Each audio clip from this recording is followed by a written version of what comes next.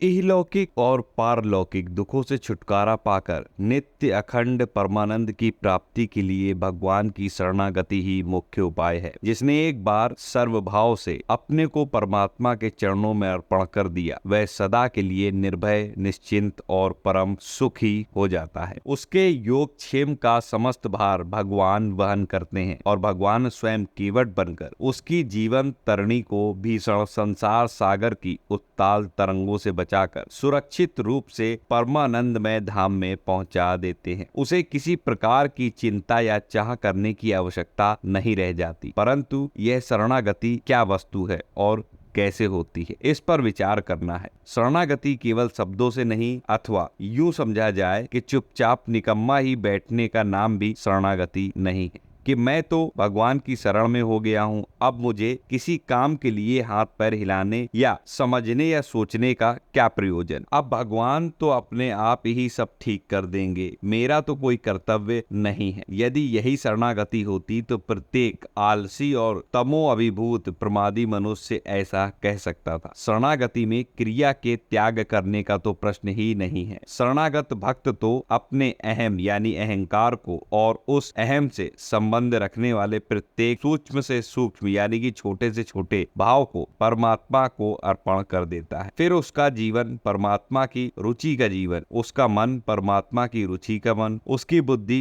परमात्मा की बुद्धि बन जाती है और उसकी सारी क्रियाएं परमात्मा के मन के अनुकूल होने लगती हैं। अब तक तो वह समझता था कि यह संसार मेरा है और इसमें काम करने वाला मैं हूँ। शरणागत होने के बाद वह समझने लगता है सारा संसार परमात्मा का है। स्थूल से स्थूल यानी कि छोटे से छोटा, सूक्ष्म से सूक्ष्म पदार्थ सभी उसके हैं और उसमें जो कुछ क्रिया हुई है, जो दिखाई दे पड़ रही है, वो सभी परमात्मा की दिव्य लीला है। मैं तो निमित्त मात्र हूँ जो वास्तव में उन्हीं का हूँ और वह परमात्मा अपने ही एक पदार्थ को निमित्त बनाकर अपने इच्छा के अनुसार अपने आप में ही अपने विनोद के लिए अपने आप ही अपनी लीलाएं कर रहे हैं। प्रत्येक पदार्थ उन्हीं की सामग्री है, उनकी सामग्री भी कोई उनसे भिन्न वस्तु नहीं। वह इन सामग्रियों के रूप में अपने आप को प्रकाशित कर रहे हैं। खेल, खिलाड़ी और खिलौने तीनों ही मूल में और क्रिया में भी एक ही हैं। व्यवहारिक स्थूल दृष्टि से भेद प्रतीत हो रहा, इस प्रकार अहम और मम का मन, बुद्धि, इंद्रिय, शरीर तथा समस्त प्रपंच सहित सर्वभाव से समर्पण ही यथार्थ शरणागति का स्वरूप है। इस शरणागति की स्थिति प्राप्त करने के लिए क्रमशः शरीर, वाणी, मन और बुद्धि में अपने को परमात्मा के अर्पण करना पड़ता है। शरणागति की पहचान यही है कि साधक ज्यों ज्यों शरणागति के सुख शांति में सर्वता बहिर शीतल प्रदेश में प्रवेश करता है, त्यों ही त्यों उसमें निर्भयता और निश्चिंतता की वृद्धि होती है।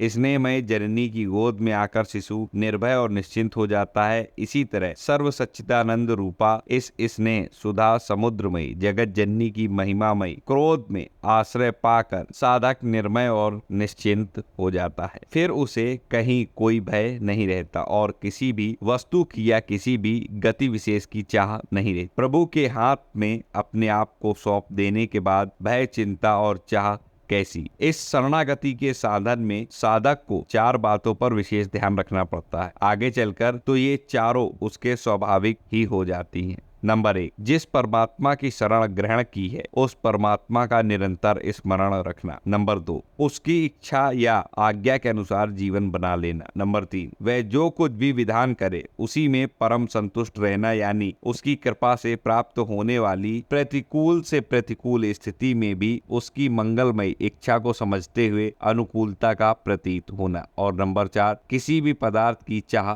न रखना। ये भाव जितने जितने बढ़े साधक उतना ही परमात्मा की शरण में अग्रसर हो रहा है, ऐसा समझना चाहिए। ये बात मैं नहीं, पूज्य श्री भाई जी महाराज यानी कि हनुमान प्रसाद पोद्दार जी महाराज द्वारा ये शब्द कहे गए हैं। उन्होंने ही बताया है कि आखिर भगवान की शरणागति किसे कहते हैं और ये कैसे प्राप्त की जाती है। आशा करता हूँ ये जानकारी आपको पसंद आई होगी। वीडियो अच्छा लगा हो लाइक करिए, चैनल पर नए सब्सक्राइब कर लीजिए, कमेंट में जय श्री हरि जरूर लिखिए। इस वीडियो को ज्यादा शेयर करिए। मिलता हूँ अगले वीडियो में नई जानकारी के साथ। तब तक राधा वल्लभ, श्री हित हरिवंश।